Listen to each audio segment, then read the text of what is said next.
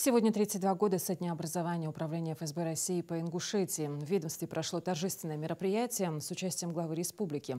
В своем поздравлении он отметил, что эта служба требует безупречной профессиональной подготовки, большой воли и душевной любви к Отечеству.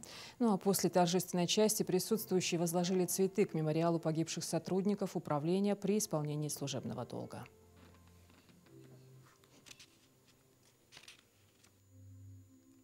Хотел бы поздравить Земуправление ФСБ по Республике Ингушетия, пожелать много побед, здоровья, чтобы было, да и чтобы родные, ваши близкие, не давайте им повод беспокоить, почаще звоните матери, сестре, жене, ну если здесь или как. Я по-человечески хотел бы сказать,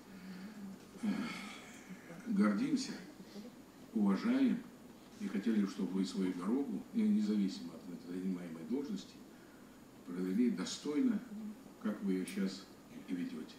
Поздравляю вас. У нас еще предстоят впереди большие задачи.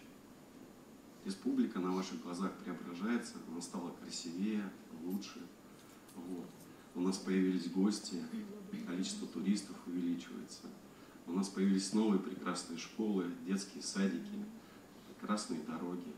И это все заслуга, в том числе и нашего управления, совместной работе с главой республики, с правительством, во взаимодействии с нашими прекрасными коллегами. Не буду перечислять, они здесь все в зале руководители присутствуют, поэтому это слаженная большая команда, которая идет вперед и приводит республику к процветанию. И надеюсь, чтобы с каждым годом наша республика становилась все краше, лучше, и у нас было мирное небо над